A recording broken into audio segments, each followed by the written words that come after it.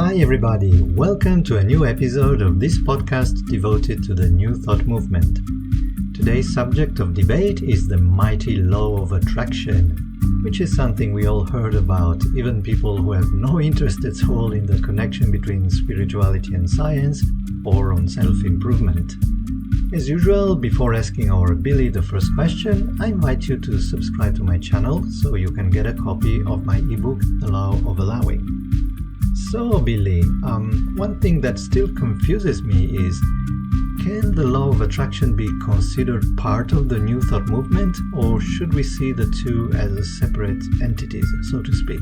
It's not possible to formulate a definitive answer.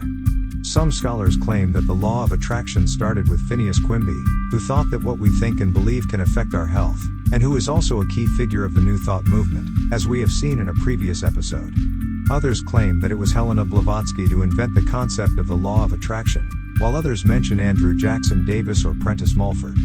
What is certain is that most, if not all, of the authors linked to the New Thought movement claim that what we think affects what happens to us, which is one of the core principles of the law of attraction. Indeed. Wallace Wattles is one of them, right? Of course. Wattles' 1910 book The Science of Getting Rich is often cited as a foundational text of the law of attraction movement. Now, what made the law of attraction a cornerstone of the New Thought movement? The concept of the law of attraction can be traced back to ancient religious and spiritual practices, including Hinduism and Buddhism. In these belief systems, the law of karma or cause and effect is based on the idea that positive or negative actions generate corresponding outcomes or consequences. This philosophy was later adopted into Western esotericism, with early proponents including the philosopher Ralph Waldo Emerson.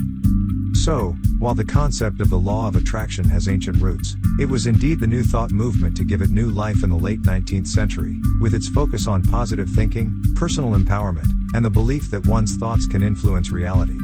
The law of attraction was seen as a key component in manifesting one's desires and attracting success and abundance in life. And the principle or the law of mentalism plays a key role in linking the two, right? Absolutely. The principle of mentalism is a core concept within the New Thought movement, and is closely tied to the law of attraction.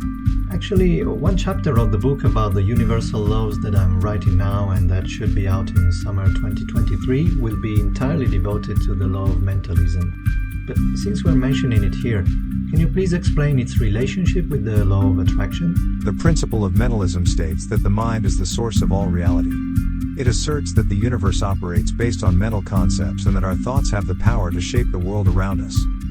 The law of attraction states that similar energies attract one another and that by aligning our energy with our desired outcome, we can bring this desire into existence.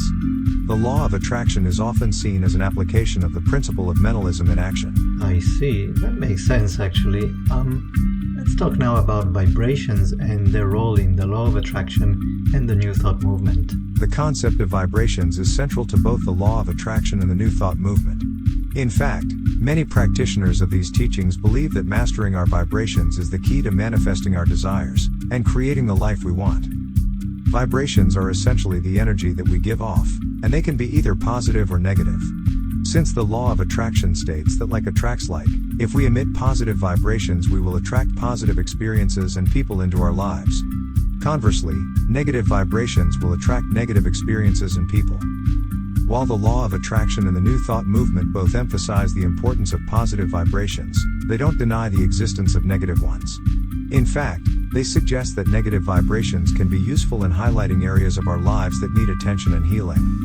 Oh yes, thanks for this very important reminder. Last question. We talked a lot so far of the connections between the New Thought movement and the law of attraction, also because it's the theme of today's episode. But I think it's important to mention also their differences, if any. Well, there are some key differences. The New Thought movement is more focused on practicality, as it emphasizes the importance of living a balanced and healthy lifestyle, and learning how to use your imagination to achieve your goals. The law of attraction, on the contrary, is more focused on the spiritual side of things. It believes that the universe is designed to help you achieve your goals, and that you can connect with the powers of the universe through meditation and prayer. I'm not so sure about that, because as far as I know, meditation and prayers are very important tools to achieve our goals, even in the New Thought movement. Probably it's another topic where opinions diverge among scholars, And who knows, maybe somebody in our audience can share what they think about it in the comment section below. Anyway, that's it for today. See you next time. Ciao!